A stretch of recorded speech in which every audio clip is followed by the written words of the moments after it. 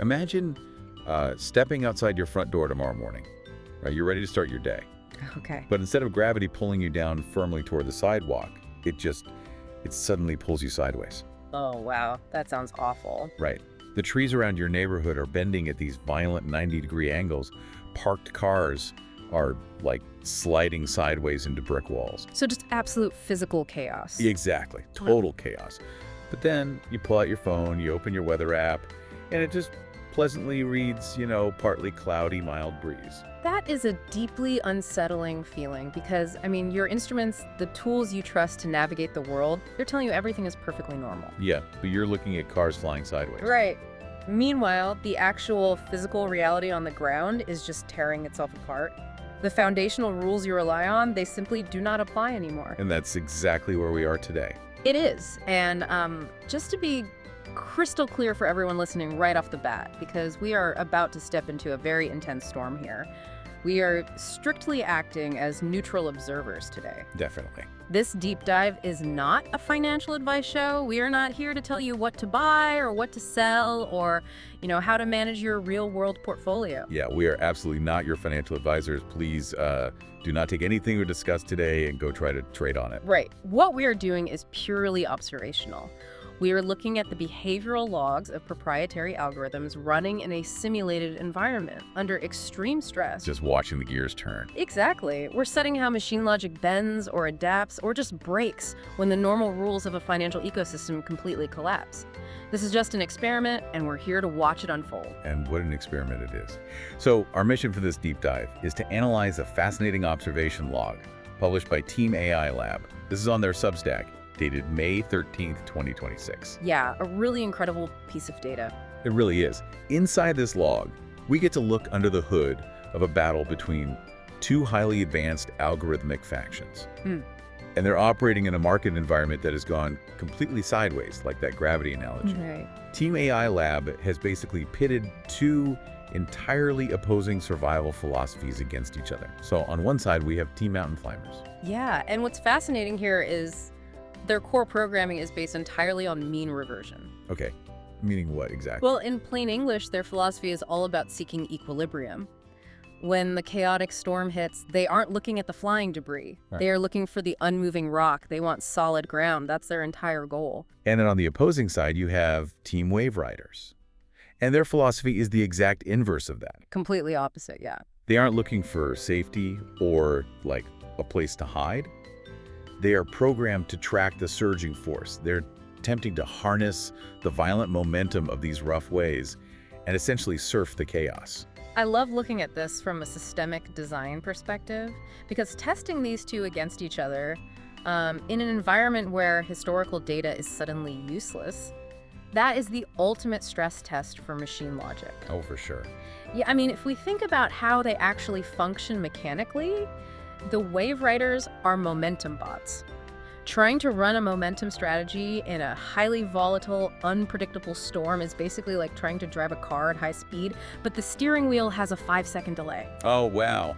That sounds terrifying. Right. You turn the wheel, nothing happens, and then suddenly you veer off the road into a ditch. Yeah, that's a perfect way to picture it. And what about the mountain climbers? How do they drive? Well, the mountain climbers operate differently. If the wave riders are trying to steer the speeding car, the climbers are ignoring the bouncing car entirely. They're just trying to measure where the asphalt is. They're calculating the floor. Exactly. But the problem is, what happens when the floor itself starts moving? Okay, let's unpack this. Because theory is great, right? Until you actually get punched in the face by a sideways hurricane. Very true. So let's look at how their actual units, the active roster, the algorithmic veterans out there in the dark, are surviving this right now. We have the data from their 9 a.m. Japan Standard Time scouting and active roster logs. Let's hear it. Let's start with the mountain climbers. Out of their active roster, they currently have 13 active units deployed.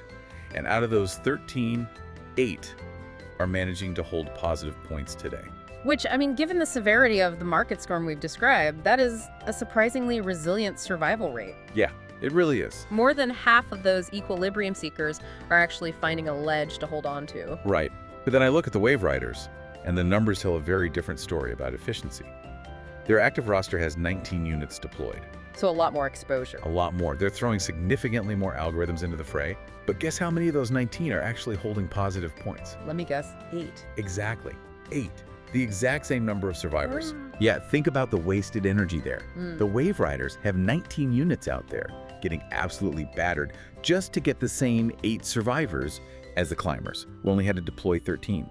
It's incredibly inefficient. Well, I want to push back on the idea of inefficiency for a second, if I can. Sure, go ahead. Because we have to look at their algorithmic psychology. Algorithms don't have human caution. The Wave Riders are mathematically compelled to engage with momentum. Okay. So if the market is moving violently, their sensors light up. Their logic dictates that motion equals opportunity. So they are structurally forced to deploy units. They literally can't just sit on their hands. I see where you're going. But that forced engagement, it comes at a cost. It absolutely does. Which naturally brings us to the new talent, the recruits. Yeah. Because if your veterans are out there burning energy and struggling to stay positive, what do you do with your bench? Right. Do you send in backups? Exactly. And the daily scouting data shows it's exactly how these two teams are reacting today. When it came time to draft new candidates into the roster, Team Wave Riders drafted 2 entirely new units. So they're still pushing. Yeah, aggressively recruiting, throwing fresh, untested talent at these violent waves to see if maybe, just maybe, a slightly different variation of their code can survive. And how many new units did Team Mountain Climbers draft? 0.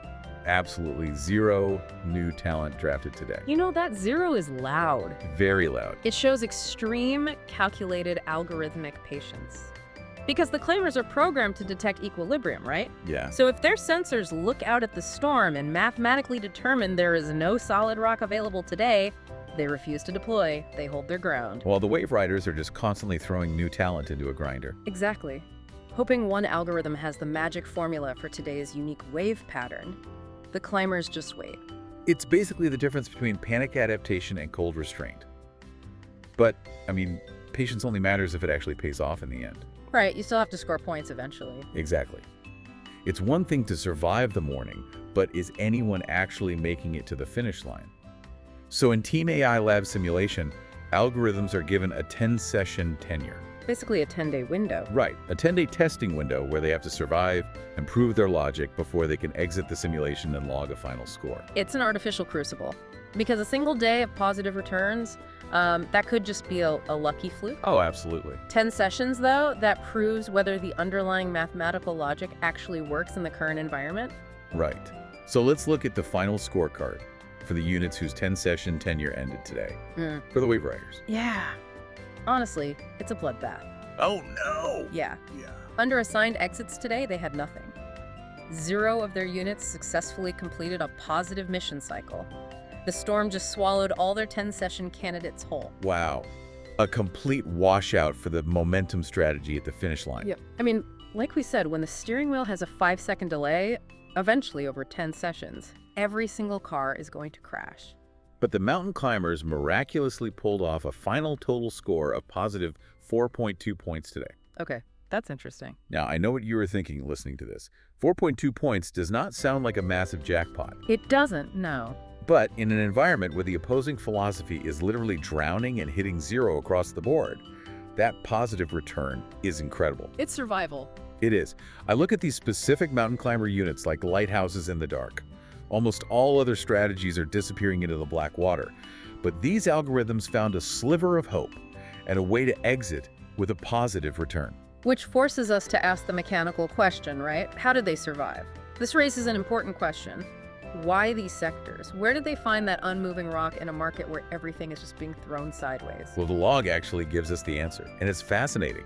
The sectors where these mountain climbers found their positive 4.2 points were mining and banks. Mining and banks. Okay, that is so perfectly aligned with the mechanics of mean reversion. How so? Well, in a highly volatile, completely chaotic environment, fast-moving tech stocks or, high-flying consumer brands get violently whipped around. Right, because they rely on trends. Exactly. Their value is largely based on future expectations, which are super fragile. But where does a machine look for equilibrium? It looks down. Down at the foundation. Yes, it looks at the heaviest, most earthbound foundational sectors. Mining is pulling physical, tangible resources out of the dirt. And banks are the core, slow-moving bedrock of the financial system. So they literally found the heaviest things they could anchor themselves to. Precisely. While the wave riders were out there trying to surf the lightning, the mountain climbers hugged the heaviest rocks they could find. Yeah. I mean, the physical reality of a mining company doesn't change 10% in a single day, so their stock movements are more tethered to reality. And that is exactly the floor a mean reversion bot is hunting for. It's a brilliant demonstration of survival logic. When the sky is falling, you don't look up to measure the falling debris, you look down to see what's holding the ground together. Okay, so we have these isolated lighthouses, right? These rare adapters finding safety in the bedrock of banks and mining. But how does this micro-survival translate to the macro picture? We have to zoom out. Exactly. We need to pull back from the daily logs and look at the season standings to see the aggregate adaptability of these teams. And I have to warn you, here's where the story gets a little terrifying. Because when we look at the raw aggregated scores over the entire season, we start to see this severe reality distortion, a distortion between what the algorithms are experiencing and what the rest of the world thinks is happening. Right. So let me walk you through the raw numbers first. For the total season points, Team Mountain Climbers is sitting at a very healthy positive 59.3 points. That's a solid season. Yeah, they had a massive daily score today of positive 50.6, and they carried over 14.3 from previous sessions. So they are up 59.3. And the Wave Riders. Team Wave Riders, despite all their recent struggles and a negative 29.1 carryover balance, managed a daily score of positive 26.6. So that brings their total season points to a positive 12.5. Okay, so if we just look at their internal scorecard, both teams are technically in the green for the season. Technically, yes. The climbers' philosophy of stillness is drastically outperforming the riders' philosophy of chasing chaos. I mean, 59-12, but both have points on the board. They're both surviving the simulation overall. I understand that, but I need you to explain this next piece of math to me because my brain is breaking a little bit here. Okay, let's hear it. Here's where it gets really interesting. The log tracks something called the index contrast. Right. This metric shows how these sophisticated algorithms are performing against traditional, real-world market benchmarks, specifically the Nikkei 225 and the TOPIX. The big ones. Right. So if the climbers are sitting on a massive positive 59.3 points for the season, how is their contrast against the Nikkei negative 2.9? And against the TOPIX, it's negative 1.7. How does a massive internal win translate to a negative contrast? Yeah, it's a great question. You have to think of index contrast not as a measure of raw profit, but as a measure of relative speed and opportunity cost. Okay. It's like a race. If you run 10 miles, you did a great job, you made progress. But if the train you were racing went 12 tails in the same amount of time, your contrast is negative 2 miles. Ah, I see. You moved forward, but you still lost ground relative to the benchmark. Okay, that makes sense. But the Wave Riders are doing even worse. With their positive 12.5 season points, they're sitting at a negative 6.0 against the Nikkei and a negative 4.8 against the TOPIX. Now, I know what some of you listening might be thinking. Comparing a highly reactive short-term algorithmic bot to a massive slow-moving macro index like the Nikkei 225 is comparing apples to oranges. That was exactly my thought. Why is this negative contrast such a big deal? Don't active trading strategies underperform passive indices all the time? Yes, under normal conditions. Why? But we are not in normal conditions. These aren't simple retail trading bots trying to scrape a few pennies. These are highly advanced, adaptable, algorithmic arrays running in a supercomputer. And they are getting absolutely crushed relative to the major indices. So the gap is just too wide. Exactly. The gap is too wide to just be standard underperformance. It is a glaring, dramatic anomaly. It goes right back to that weather app analogy we started with, doesn't it? The major indices, the Nikkei, the TOPIX, they're the weather app on your phone telling you it's a mild, partly cloudy day. Yes, exactly. The indices are acting like a broken compass. They are pointing north, and everything looks totally fine on the dashboard, but they completely defy the brutal reality that these advanced algorithms are experiencing down in the trenches. But how is that mathematically possible? How can the index go up while the algorithms scanning the actual market are basically drowning? It's because of how an index is built. Major indices are heavily weighted, smoothed out aggregates. They are disproportionately influenced by a handful of massive mega cap companies. Oh, right. The giants at the top. Exactly. If those 3 or 4 giants are doing fine, or even just holding steady, The overall index looks calm. It floats upward. It projects this illusion of stability. Meanwhile, beneath the surface of that calm green index, the actual ecosystem where 99% of the companies live and where these algorithms are forced to hunt for points is a violent storm. It's a bloodbath down there. It's an environment so structurally chaotic that it's forcing the Wave Riders to burn through 19 active units just to keep 8 alive. And it's forcing the mountain climbers to completely halt their drafting process. What this data dramatically proves is that the traditional logic of the market has detached from reality. The rules have genuinely changed. The compass is truly broken. These highly sophisticated machines are bleeding, fighting for their digital lives, just to scrape together a few points in heavy sectors like mining, while the index completely ignores their struggle and just hums along. So, if I'm putting myself in the shoes of the engineers at Team AI Lab, I have to ask, what is the point of all this? What do you mean? Well, are they looking at these deeply negative index contrasts and seeing this simulation as a failure? Especially the Wave Riders. If I see a momentum strategy burning through 19 units and getting 0 positive 10-session exits, I am pulling the plug on that logic. Sure. Why are they still funding and running a strategy that is clearly drowning in this new environment? Because you're thinking like an investor trying to protect a portfolio. Okay, fair. But Team AI Lab is thinking like a group of pure research scientists. For them, a failed algorithm isn't a loss of capital, it's a pristine data point. They do not view these brutal contrasts against the benchmark as a defeat. Wait, really? So a total wipeout is actually valuable to them? Incredibly valuable.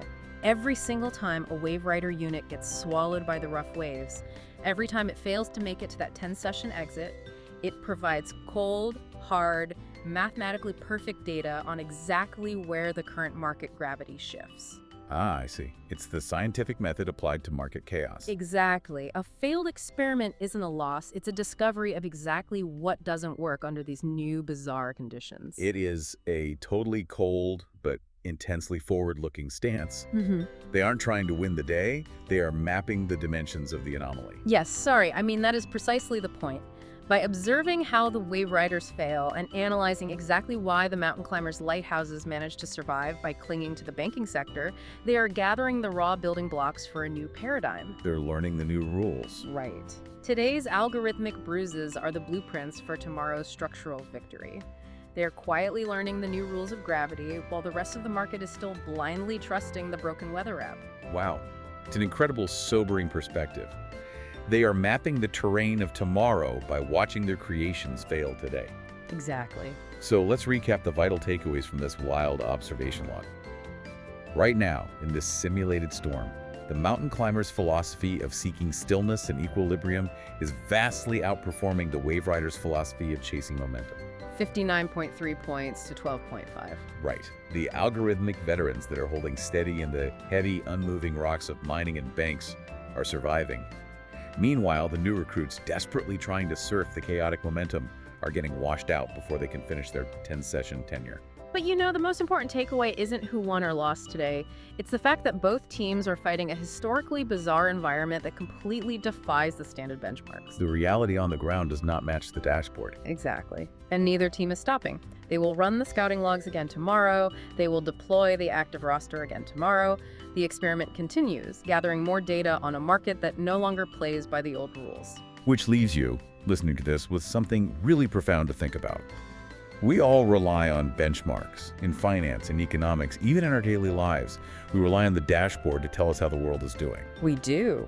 But if these incredibly advanced, hypersensitive algorithms machines designed purely to find mathematical truth and adapt to reality without human bias are experiencing a completely different, much harsher world than what the traditional macro indices like the Nikkei or the Topix are showing, are the human-made benchmarks we rely on every day simply hiding the true nature of the storm? When the compass is broken and spinning wildly, you have to stop looking at the dial and start looking at the terrain beneath your feet. And right now, the terrain's pulling sideways. Thank you for taking this deep dive with us today. Keep questioning the dashboard.